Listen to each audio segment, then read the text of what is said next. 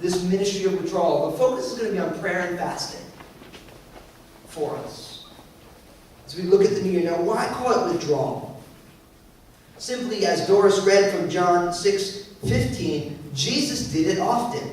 John 6:15. Therefore, when Jesus perceived that they were about to come and take him by force to make him king, he departed immediately to the mountain by himself alone. Now, what's interesting is just recently, George W. Bush, the former president, his memoirs came out. Now, whether or not you agree with his politics or not, anytime a president puts out their memoirs, I want to read them. I'm always fascinated, like, what's it like to be the president? What's his take on what it is? And of course, I like watching The West Wing, so if you guys like The West Wing, you get a whole thing about what it's like in the White House. And so, sure enough, George W. Bush's memoirs come out. I start reading it, and he starts talking. I was reading this one section, he starts talking about how, when he was thinking about maybe if he should be running for president, they put together like a little action committee. And they do some polling to see if this person might have a chance of winning the nomination. What's interesting is right now, 2 years before the next presidential election, at least on the Republican side of things, that's already starting to happen. Different candidates are posturing, they're putting groups together to try and see if they can make a viable run at it. That's how the world deals with running for political office. And what's amazing is Jesus didn't do that at all. The people wanted to take him by force and make him the king, and what did he do? He got alone with God. He went away by himself to be alone with God. Did you ever wonder what Jesus prayed on that mountain by himself? Knowing that he's the King of Kings and the Lord of Lords, knowing that he's the King of the Jews, for this reason he was born. But instead of putting a group together, getting the right information, he separates himself to seek his Father in private. In Mark 3:13, Jesus departed to the mountain alone before choosing his disciples. Interspersed throughout Jesus' ministry of preaching, healing, and disciple-making, we see him withdraw from crowds again and again, often getting up very early to do so, in order to be quiet and to be alone with his Father. Jesus himself practiced the ministry of withdrawal. Of course, we see this repeatedly throughout the Bible. Jesus, before he went into public ministry, what did he do? Spent 40 days and 40 nights in fasting and prayer alone in the wilderness. He was driven there by the Holy Spirit, it says, in the Gospel of Luke. Paul, when he was blinded on the Damascus road, he spent a number of days fasting and praying before he regained his sight at the hand of Ananias. Of course, after that, we know that Paul spent time in the Arabian desert. We don't know what he did out there, but I guarantee he wasn't working on his Sudoku skills. David spent years tending to his father's flocks, alone as a young boy. He spent time fleeing from Saul, alone in the wilderness. Moses, of course, spent 40 years in the wilderness tending to Jethro's sheep.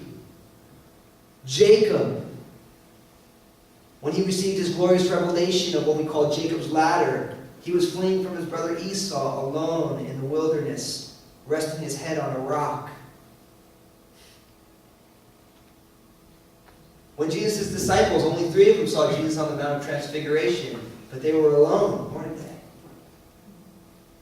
And that's just like scratching the surface on the biblical accounts of people spending time withdrawing and God meeting them in powerful ways.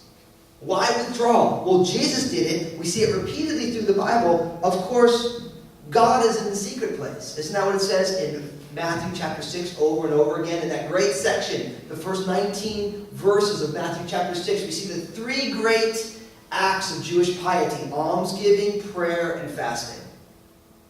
We get almsgiving through the first 4 verses, and then we get prayer from verses 5 to verse 15, and then we get fasting, verses 16 to 18. In each one of those, we read that God, who is in the secret place. Do your almsgiving, do your praying, do your fasting to God who is in the secret place, and he'll reward you openly. And then, of course, Jesus encouraged his disciples to withdraw. In Mark chapter 6, verses 30 and 31, when the apostle gathered to Jesus and told him all things, both what they had done and what they had taught, then he said to them, "Come aside by yourselves to a deserted place and rest a while. For there were many coming and going, and they did not even have time to eat. So they came back from doing ministry. Jesus sent them out 2 by 2. What did Jesus say? Come aside, let's rest a while. Let's go be alone. Let's withdraw for a while. Of course, Acts chapter 2, Jesus told the disciples to go nowhere until they were filled with the Holy Spirit. You find the early church hauled up in a room by themselves seeking God. Oh, I didn't leave it out. I waited until the end for this one. Remember when God created everything? I mean, we weren't there, but you read about in the book of Genesis.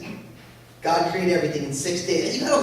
I love that. That's such a beautiful account because God, as the master designer and creator, He's creating things and He's just enjoying what He's doing.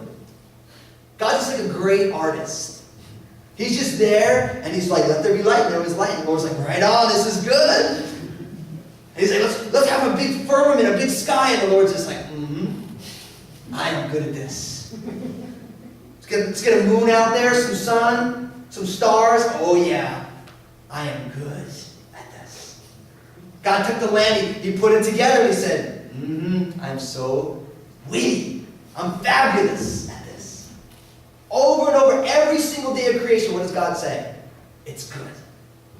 God's enjoying His own handiwork. But then He gets to humanity on the 6th day. And what does God say? It's very good. At that point, God is like, I am so radically awesome at creating everything. He made man. He was just overjoyed at what He had done. And then what did God do on the 7th day? He rested.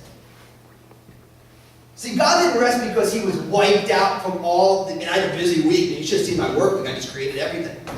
Man, I need a day off. I'm crying out loud. It wasn't... He did that to model for us. And that's why in the 10 Commandments, on that bridge commandment from man's relationship with God to man's relationship with mankind, right there the 4th commandment is, keep the Sabbath day holy.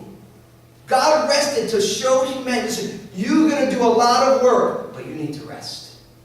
You need to withdraw. You need to come away with me and get your batteries recharged. And you got to look, people, when you travel, I remember I went to Europe and met some people in Italy. They were like, oh, you're from America, Because sure enough, it was like siesta time. I'm like looking for a coffee shop. We got to go see 5 more things, And then there's one coffee shop open, And I'm like, you're here for the Westerners, aren't you? He's like, you guys are crazy.